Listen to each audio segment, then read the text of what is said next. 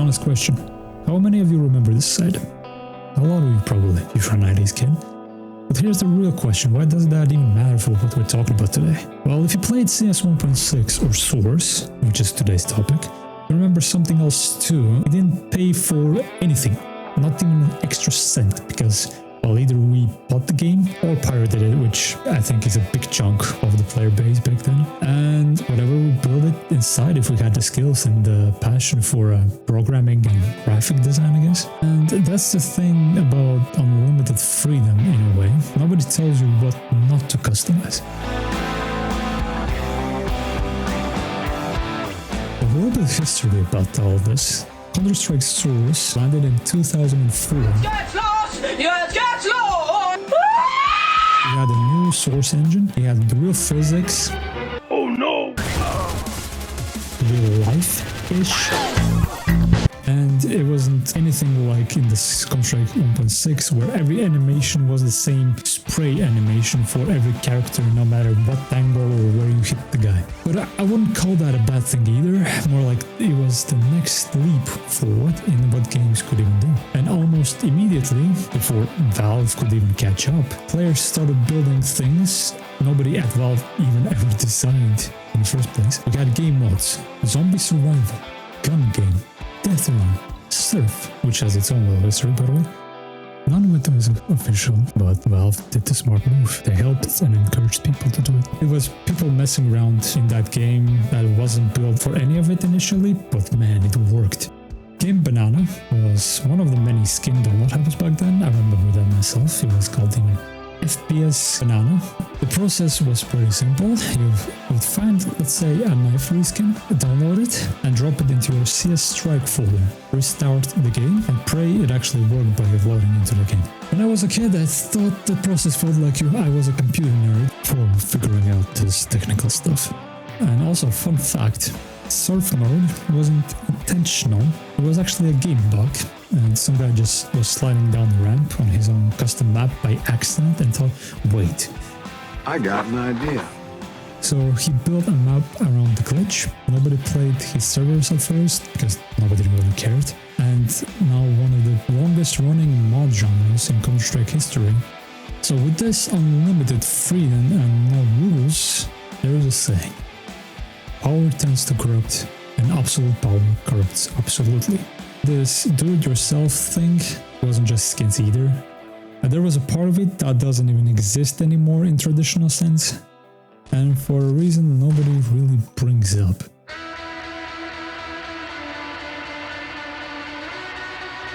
So regarding sprays, it's more simple than I remember. It's actually just two things. A good image, any image if you want, and preferably one type of file format, JPG. The method is you need to go into your folder, where's the file locator. After that, you import it, and then basically it's in the game. So the sprays work kind of their own thing. If you, for example, go to a community server, right? You go there and you start playing. Eventually, at some point, you will see a spray on the wall. It can be anything. It can be just a regular artwork, or it can be something like a cursed meme or something, or maybe a community joke. And the thing is, people used to spray them on top of other people's sprays, so it could be basically a wall of everything. And here's the kind of a tricky part, that there was no content filtering. So anything that was going there, it stayed and everyone saw it. Remember that weird line at the start of the video? That nudity is the reason you don't own anything anymore? Well, I think you can already put two and two together and see where I'm going with this. Yep. People started spraying Baba Booey on the walls. Yeah, that's it. That's the whole story.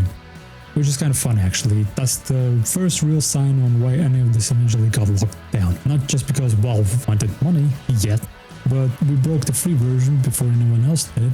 And we paid the price for it. And before you think this is some ancient dead piece of history that never got brought back up, well, it got brought back, but initially the sprays were so underwhelming that it was just a free item at this point. No one actually cared, but it's a paid item. So let me tell you what got changed. So it went from infinite uses to only 50 total uses before the item is consumed.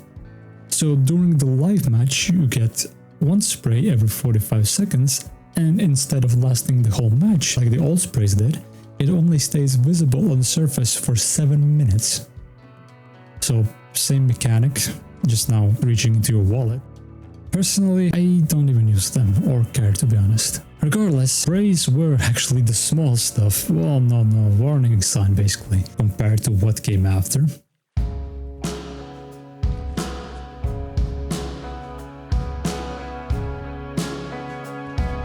I want you to remember one exact date. August 14th, 2013. That's the Arms Deal update. The first time cosmetic weapon skins showed up in the game at all, and they were tied straight into the Steam community market. So, meaning real money, real people, real trading. The very first case was just simply named CSGO Weapons Case.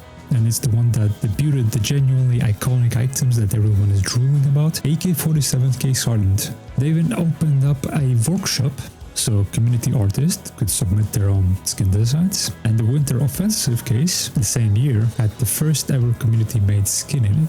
So it's not like community's creativity actually disappeared, well, it just got folded into something Valve could now charge you for. And yeah, this is also around when the actual gambling scene started, you know, real money, unsupervised gambling, kids getting pulled into it, and all that wrapped up in a virtual crate with a possible cool skin inside or complete trash. That's the whole video on its own though. Today we're just talking about ownership.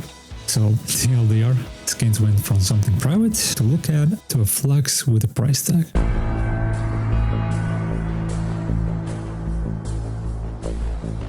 So is it piracy? Nah, not really. You're not actually stealing anything, you're just editing a copy of something you now actually own in your computer. But that's not the same as saying it was fall fair game. If someone was spent hours making such a knife reskin and you pass it off as yours, well, that's not a piracy, that's a plagiarism, just a different problem right now. There is an actual legal line though. If people want one, that is. Swap your local files, well, that's fine. That's literally what all of Act of 1 was, just replacing some files. And the only catch you get is if you get locked out of servers running something called SV_pure. That basically is a setting that forces everyone to just use a vanilla Valve verified files, so fair trade. But injecting something into the game's live memory to fake what you see while it's running, well, that's a completely different category. That's like literally the same method actual cheats use under the hood. So the only crime, I guess, was back then modding wasn't, you know, just a paid commodity. It was just basically people using it as a genuine passion, and well, here we are. And at some point we stopped customizing stuff to make it ours and started paying just to be seen with it because, well, status. And here's the irony. Do you want to know who actually took this from us? Wasn't Valve? No. Well, just watched and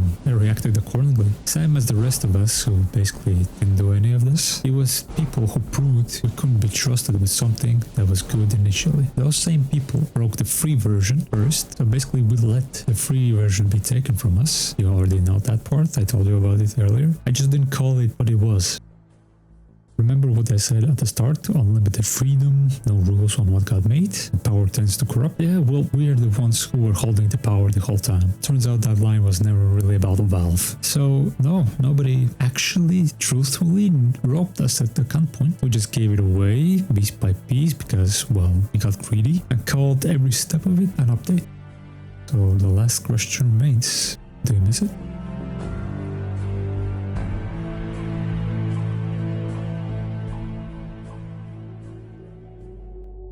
Alright, you've reached the end of the video, and thank you very much to reaching the end and actually watching the whole thing, if you did.